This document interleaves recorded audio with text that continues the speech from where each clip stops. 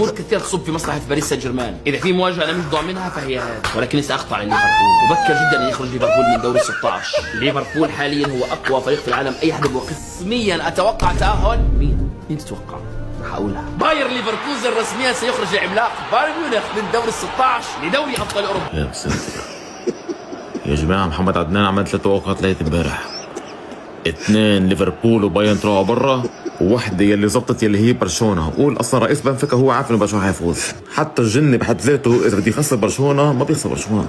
الجن بحد ذاته بده يخسر برشلونة هلا بهالوقت ما بيقدر يا اخي. الجن ما بيقدر حتى يخسر برشلونة، ما حدا بيقدر له برشلونة.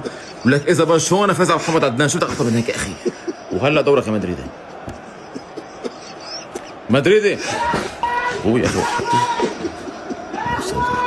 روح يا اخي، بنحاول معه، طول بالك. محمد عدنان دخيلك عكس توقعاتك، بس حبدأني هالمره. بس ريال مدريد واتلتيكو مدريد، قول يا رب تكرم عينك يا مدريد، قول يا رب يا رب، والله يا معلم تكرم عينك.